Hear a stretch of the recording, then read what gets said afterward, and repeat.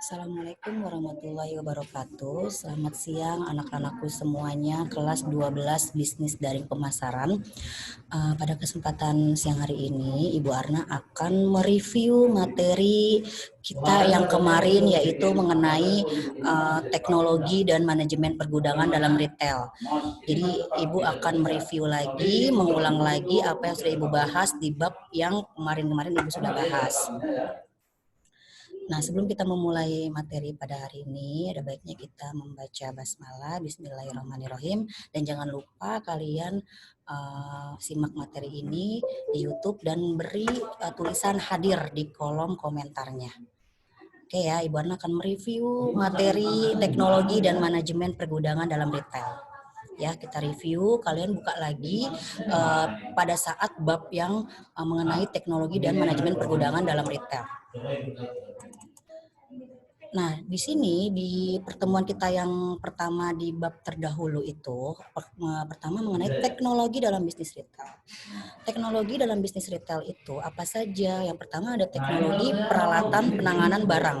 Nah, ada teknologi peralatan penanganan barang itu, ada teknologi peralatan pemajangan toko retail, misalkan dipajang di sebuah gondola. Gondola itu kayak rak untuk mendisplay barang yang ada di ibaratnya di bisnis retail ya, misalkan ada di swalayan-swalayan baik besar maupun kecil. Nah, di sini ada teknologi peralatan pengisian dan ambil barang toko retail. Nah, ini contohnya sudah Ibu, pokoknya pertemuan sebelumnya itu sudah ada gambar-gambarnya secara visual, kalian bisa lihat kan, ini Ibu hanya mereview saja, mengulang kembali materi yang pernah Ibu jelaskan. Nah, ini contohnya kalau yang B ini berupa, kalau yang pertama kan contohnya itu bisa, pemajangannya itu bisa gondola, bisa etalase. Nah, kalau yang di B ini, dia bisa troli jenisnya untuk mengambil barang yang ada di gudang ke toko.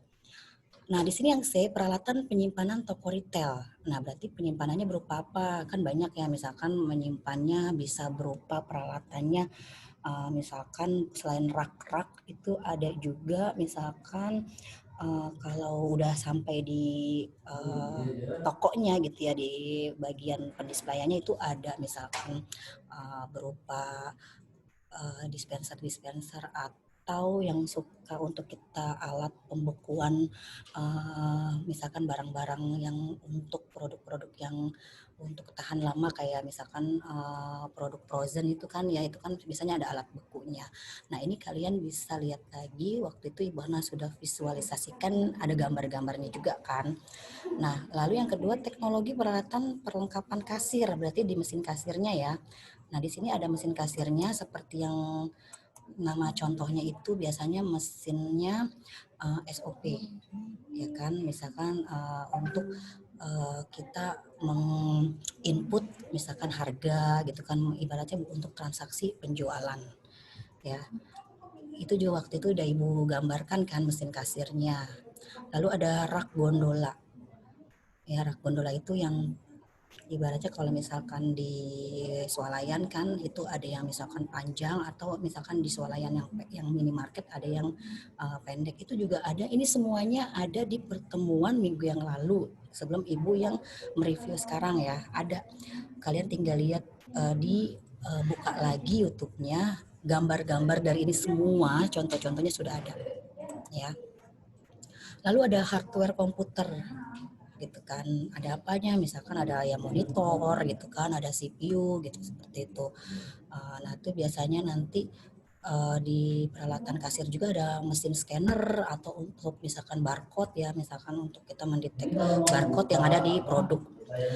Ada peralatan pendukung kasir, contohnya misalkan mesin gesek, atau misalkan mesinnya ada yang untuk kita tuh misalkan kan terkadang customer itu tidak mau bayar secara cash, tapi misalkan non cash, misalnya bisa pakai kartu kredit atau kartu debit.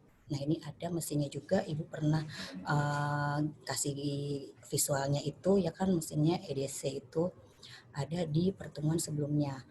Nah, lalu ada di sini teknologi peralatan pendukung operasional. Pertama ada teknologi peralatan kantor. Nah, teknologi peralatan kantor ini misalkan apa? ATK, misalkan ada misalkan pulpen, ada misalkan ada misalkan peralatan-peralatan ATK lainnya untuk mendukung pekerjaan. Lalu ada peralatan mekanik, misalkan mesin-mesin, ya kan, ada AC atau mesin-mesin air gitu kan. Nanti ada pendukung lainnya, misalkan ada penerangan, lampu seperti itu. Lalu ya, di sini ada manajemen pergudangan dalam bisnis retail.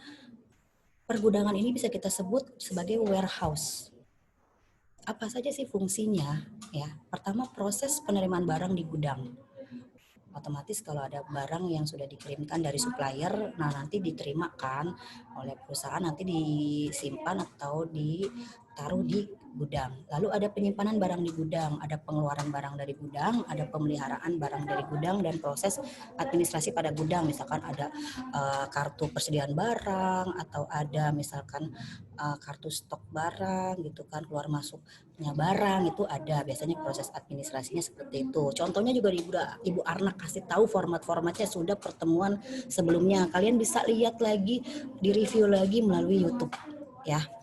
Manfaatnya, yang pertama manfaat gudang apa sih? Sebagai manufacturing support gitu kan. Jadi untuk ibaratnya sebagai memproduksi ya barang. Lalu ada production mixing, lalu ada sebagai perlindungan terhadap barang. Jadi barang-barang itu bisa terlindungi kalau kita simpan di gudang, misalkan terhindar dari kebakaran atau misalkan kebanjiran, itu juga bisa diminimalisir kalau kita taruh barangnya di gudang.